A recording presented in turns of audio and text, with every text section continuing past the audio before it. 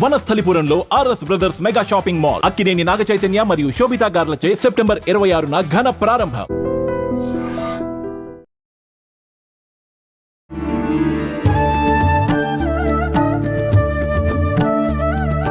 నమస్కారం, welcome to I dream. ధర్మ మార్గం విత్ విజిత కార్యక్రమానికి స్వాగతం. ప్రస్తుతం మనతో పాటు ఉన్నారు ప్రముఖ ఆధ్యాత్మికవేత్త, హనుమత్ మరియు శ్రీ విద్యా ఉపాసకులు బ్రహ్మశ్రీ శివయోగి సిస్లా జయశంకర్ గారు. ఇప్పుడు గురుగారితో మాట్లాడి మరిన్ని విషయాలు తెలుసుకుందాం.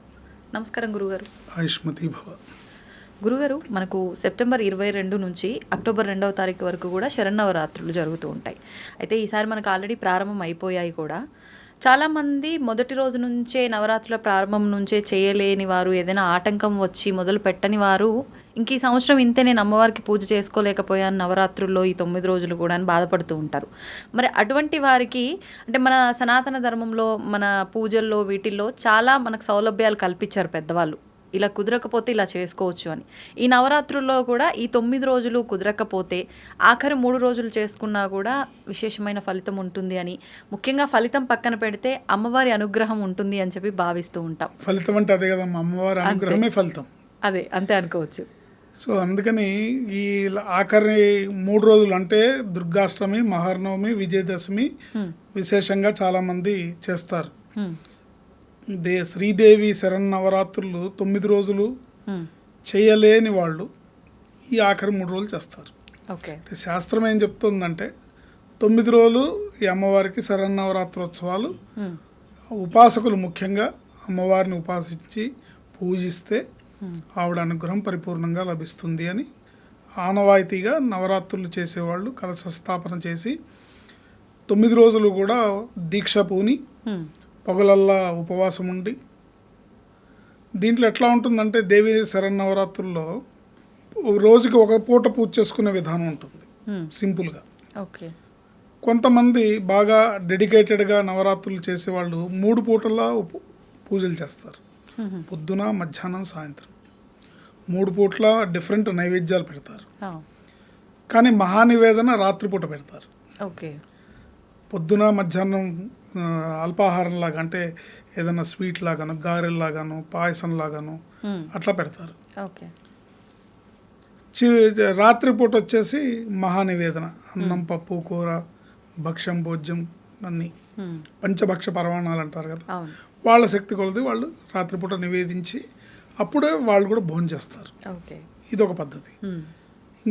ఇంకా డీప్గా అమ్మవారి భక్తులు ఇమ్మర్స్ అయిపోయిన పెద్ద పెద్ద పీఠాల్లో శృంగేరి శారదాపీఠం కానివ్వండి, కంచి కామాక్షి పీఠం కానివ్వండి, లేదా పుష్పగిరి పీఠం కానివ్వండి, ఇలాంటి పెద్ద పెద్ద పీఠాల్లో షట్కాల పూజను చేస్తారు. అంటే 6 యామాల్లో 6 పూజలు చేస్తారు. రోజుకి 6 పూజలు చేస్తారు. ఏ సమయంలో ఉంటుంది గురుగారు? 4 గంటలకు ఒక యామం, ప్రతి 4 గంటలకు ఒక యామం. ఓకే ఓకే, 6 4 24 గంటలు అంటే రౌండ్ ద క్లాక్ పూజలు జరుగుతాయి అన్నమాట.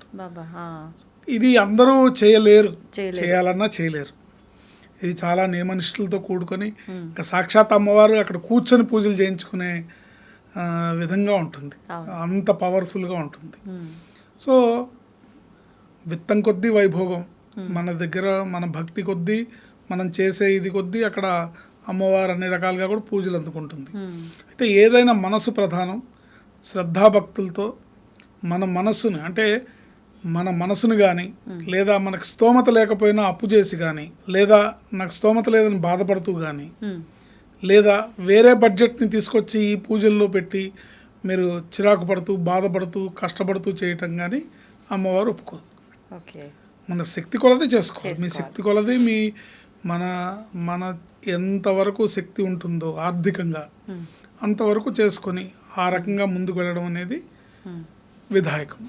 ఇప్పుడు మీరు అన్నట్టు 10 రోజులు పూజలు చేయలేని వాళ్ళు, నవరాత్రులు చేయలేని వాళ్ళు, నెక్స్ట్ ఆప్షన్ ఏంటంటే మూలా నక్షత్రం సరస్వతీదేవి అలంకారం దగ్గర నుంచి మహాసరస్వతి, దుర్గాదేవి అంటే దుర్గాష్టమి, మహర్నవమి, విజయదశమి ఈ 4 రోజులు చేసుకోవాలి కంపల్సరీ. తిథుల ప్రకారంగా అయితే ఏ రోజు నుంచి ప్రారంభం గురుగారు? సప్తమి, మూలా నక్షత్రం ఒక రోజు వస్తాయి. కానీ ఈసారి కొంచెం తిథులు కాస్త అటు ఇటుగా రావడం వల్ల సరస్వతీదేవి అలంకారం మూలా నక్షత్రం అష్టమి రోజు వచ్చింది. సో అందుకని ఈసారి నవరాత్రులు 10 రకాల అలంకారాలు ఉంటాయి. మామూలుగా 9 రకాల అలంకారాలు అయితే ఈసారి 10 రకాల అలంకారాలు, 11 అలంకారం కూడా ఉంటుంది. 10 అవతారాలు అంటే విజయదశమి రోజు రాజరాజేశ్వరి దేవి ఉంటుంది. అట్లాగే ఈసారి ఒక రోజు ఎక్స్ట్రా అనమాట. అంటే 11 రోజులు శరన్నవరాత్రి ఉత్సవాలు జరిగినాయి అనమాట. ఎందుకని గురుగారు ఒక రోజు ఎక్కువగా ఈసారి? తిథి మధ్యాహ్నం దాకా ఒక తిథి ఉండి మధ్యాహ్నం నుంచి ఇంకో తిథి ఉండటం వల్ల, ఇవి నవరాత్రి పూజలు అవటం వల్ల రాత్రిపూట చేసే ఆ తిథి ఉండాలి కాబట్టి, ఇప్పుడు దుర్గాష్టమి అన్నాం అనుకోండి, దుర్గాష్టమి పూజ రాత్రిపూట అష్టమి ఉంటేనే కుదురుతుంది. అట్లా మహర్నవమి రాత్రిపూట అసలు నవమి ఉండాలి. సో ఆ ప్రాసెస్లో ఒక రోజు ఎక్కువ వచ్చిందనమాట ఈసారి. 11 రకాల అలంకారాలు. ఏదేమైనప్పటికీ కూడా 29వ తారీఖు సెప్టెంబర్ 29వ తారీఖు శ్రీ మహాసరస్వతి దేవి అలంకారం, మూలా నక్షత్రం ఆ రోజు. అక్కడి నుంచి మూలా నక్షత్రం అనేది విద్యకి అన్ని రకాలుగా సరస్వతీ దేవిని మనం పూజించుకున్నాం. అంటే మనం సకల విద్యల్ని ప్రసాదించే తల్లి కాబట్టి ఆ అమ్మవారిని కొలిస్తే మనకు అన్ని విద్యలు వస్తాయి, బుద్ధి జ్ఞానము విద్య అన్నీ వస్తాయి. సో విద్య ఉంటే అన్ని సాధించుకోవచ్చు కాబట్టి అక్కడి నుంచి పూజ చేసుకోవచ్చు. లేకపోతే 3 రోజులు దుర్గాష్టమి, మహర్నవమి, విజయదశమి చేసుకోవచ్చు. లేకపోతే అది కూడా కుదరదు అంటే మటుకు ఖచ్చితంగా మహర్నవమి రోజు, నవమి రోజు అమ్మవారి దుర్గా పూజ చేయాలి కంపల్సరీ. ఆఖరి రోజు కన్నా ముందు రోజు ఆఖరి రోజు విజయదశమి అందరూ పండగ చేసుకుంటారు. ఆ రోజున మీరు పూజ చేసినా చేయకపోయినా మీరు ఇంట్లో వండుకున్న అమ్మవారికి నివేదించి మీ శక్తి కొలది చేసుకోవచ్చు. కానీ ఏదేమైనా కూడా పూజ, అమ్మవారికి పూజ, శక్తికి పూజ అనేది మహర్నవమి చాలా విశేషం అన్నమాట.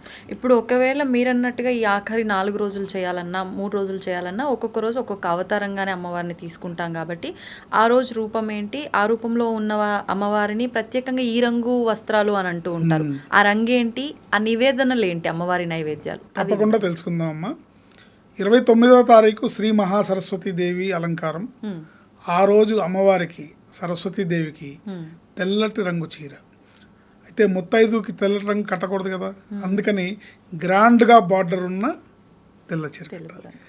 సెల్ఫ్ డిజైన్ ఉండి, అంటే మధ్యలో చమ్కీలు బుట్టాలు ఏవో ఉండి తెల్ల చీర, మధ్యలో బుట్ట అవన్నీ ఉండాలి.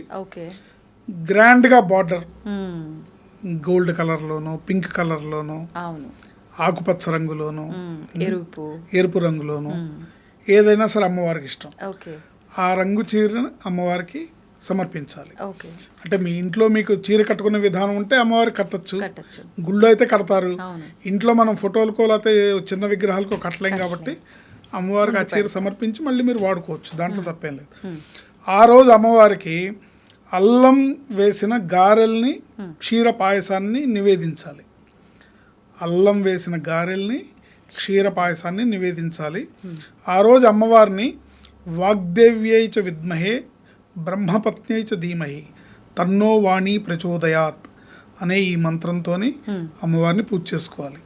లేదా మీకు ఇంకా ఇతరత్ర సరస్వతీదేవి అష్టోత్తర నామాలు చదువుకోవచ్చు, లేదా లలితాష్టోత్తరం చదువుకోవచ్చు, లలితా సహస్రనామం చేసుకోవచ్చు. ప్రత్యేకంగా మటుకు నన్ను అడిగితే ఈ మంత్రం ఆ రోజు ఎక్కువగా జపించుకోవడం వల్ల అమ్మవారి అనుగ్రహం లభిస్తుంది. వాగ్దేవ్యై చ విద్మహే బ్రహ్మపత్న్యై చ ధీమహి తన్నో వాణి ప్రచోదయాత్, ఈ మంత్రంతోనే ఆ రోజు అమ్మవారిని ఆరాధించాలి. తద్వారా మనకి సకల విద్యలు, జ్ఞానము సంప్రాప్తిస్తాయి. ఎన్నిసార్లు సాధ్యపడితే అన్నిసార్లు మీ మనసు అంటే కనీసం ఒక 11 సార్లకు తగ్గకుండా చేసుకోవడం అనేది ఉత్తమమైన పని. మరి మరుసటి రోజు దుర్గాష్టమి. ఈ దుర్గాష్టమి రోజు అమ్మవారికి ఎర్రటి చీర, గారెలు, పులిహార ఇవి నివేదించాలి అమ్మవారికి. ఎర్ర చీర, మరి బార్డర్ ఏదున్నా పర్లేదు. అమ్మవారు అంటే ఆ అమ్మవారికి పెట్టేది ప్రధానంగా ఎర్ర చీర ఉండాలి. గారెలు, పులిహోర ఇవి ఖచ్చితంగా. మిగతావన్నీ కూడా అంటే ప్రతిరోజు కూడా దైవారాధనలో ప్రతి వాళ్ళు గుర్తుపెట్టుకోవాల్సింది ఏంటంటే ఏం పెట్టినా పెట్టకపోయినా పానకం, వడపప్పు, కొబ్బరికాయ కంపల్సరీ పెట్టాలి, ఖచ్చితంగా ఉండాల్సిందే. పానకం, వడపప్పు, కొబ్బరికాయ, కుదిరితే అరటిపళ్ళు. వీటిల్లో ఏంటంటే వీటికి నిర్మాల్య దోషాలు ఉన్నాయి. అంటే అది తగిలింది సరిగ్గా ఉండట్లేదు, శుచి శుభ్రత లేదు అనే వాటికి దోషం ఉండదు. పానకం, వడపప్పు, నివేదిస్తే మహా నివేదన పెట్టినట్టు అనమాట. అంటే అన్నం పప్పు కూర వేసి విందు భోజనం పెడితే అమ్మవారికి ఎంతో అట్లా పెట్టిన ఫలితం ఉంటుంది.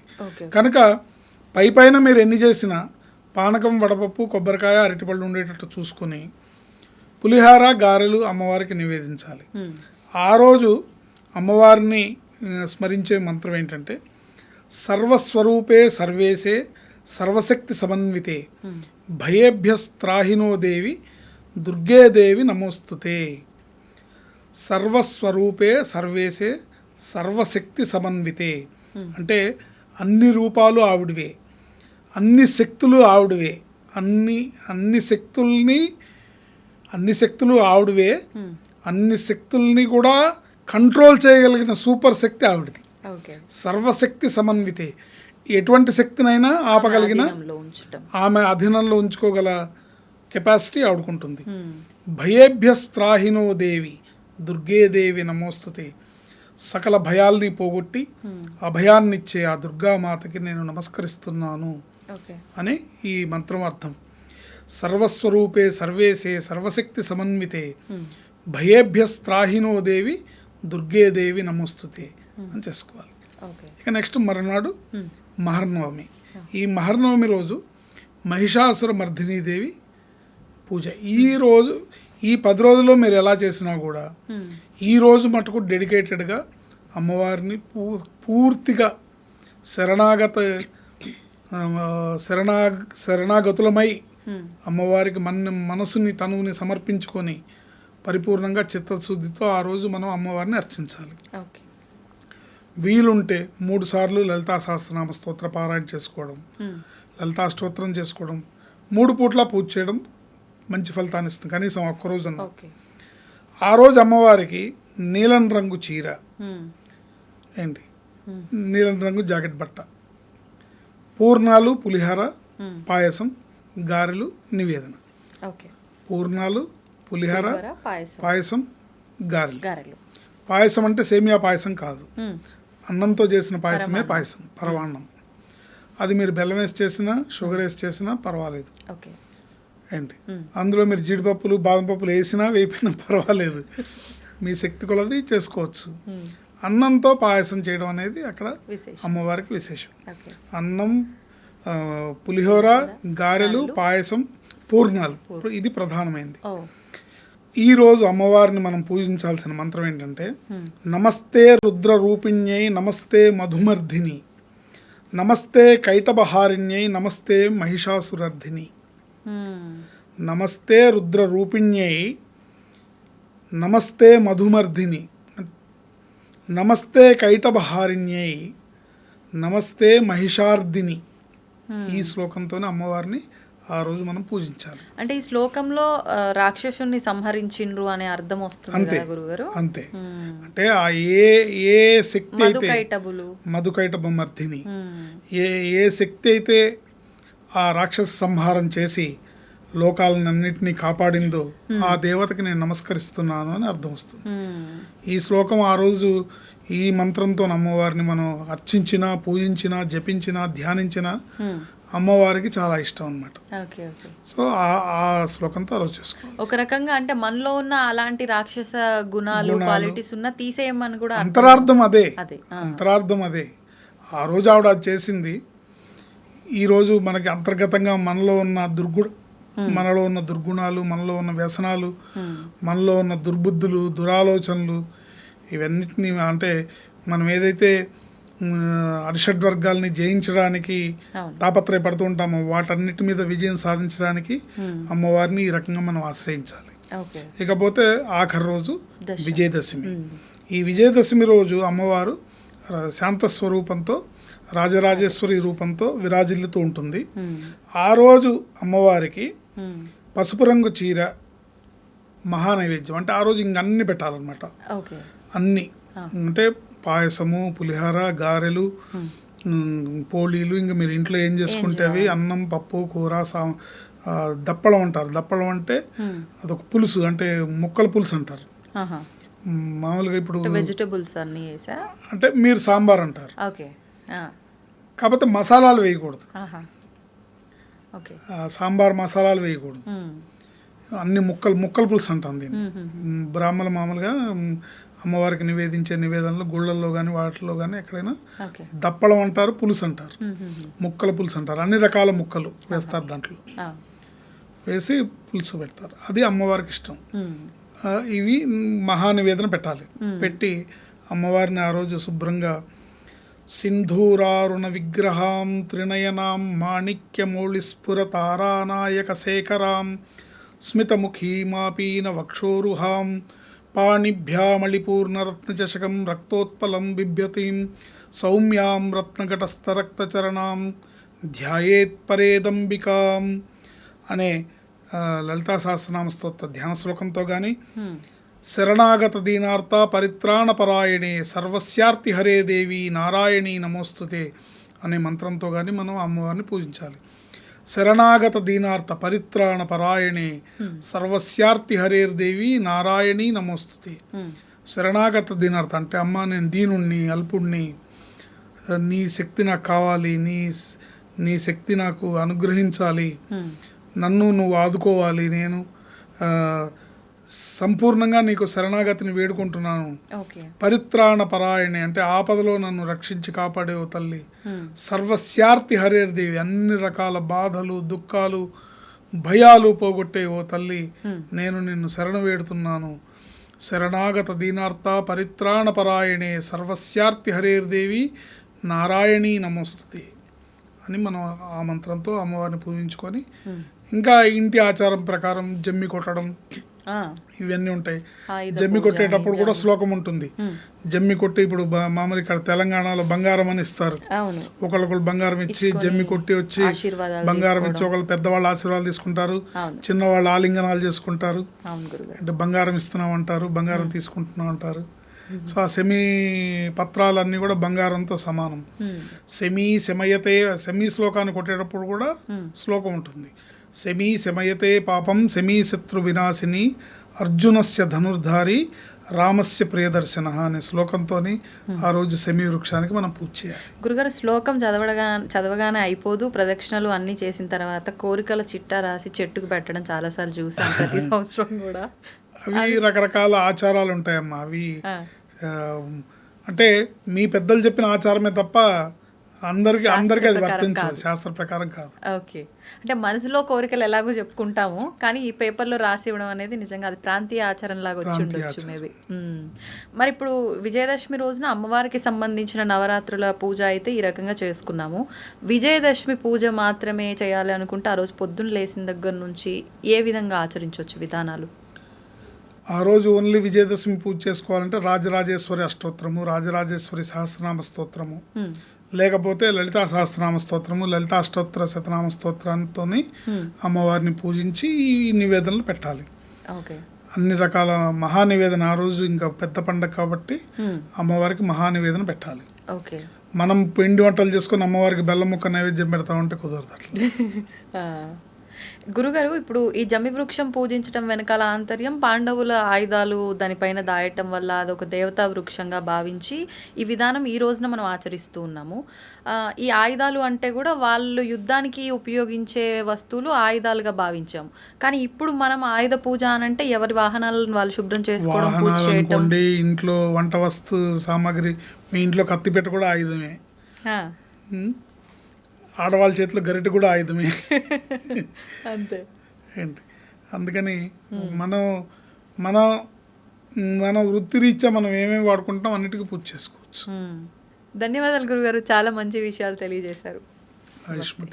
And for more videos, please subscribe to iDream. Please subscribe to iDream. Please subscribe iDream. And please subscribe to iDream. For more videos, subscribe to iDream. please like, share and subscribe to the channel. Congratulations, iDream. Subscribe to iDream. Subscribe to iDream. So subscribe to iDream Media. iDream ki iDream team andarki huge congratulations. Please subscribe iDream Media. Please subscribe to iDream. Subscribe iDream. Please subscribe to iDream. iDream అంటే నా కళల ఛానల్ను subscribe చేసుకున్న నోరు తిరుగుతలేదు, మీరైతే గంట గుర్తు కొట్టండి. For more such videos, please subscribe to iDream. Subscribe to iDream. Please subscribe to iDream. Please subscribe iDream Media. Please do subscribe to iDream. Please subscribe to iDream Media. For best entertainment and information, please subscribe iDream. And don't forget to subscribe to iDream.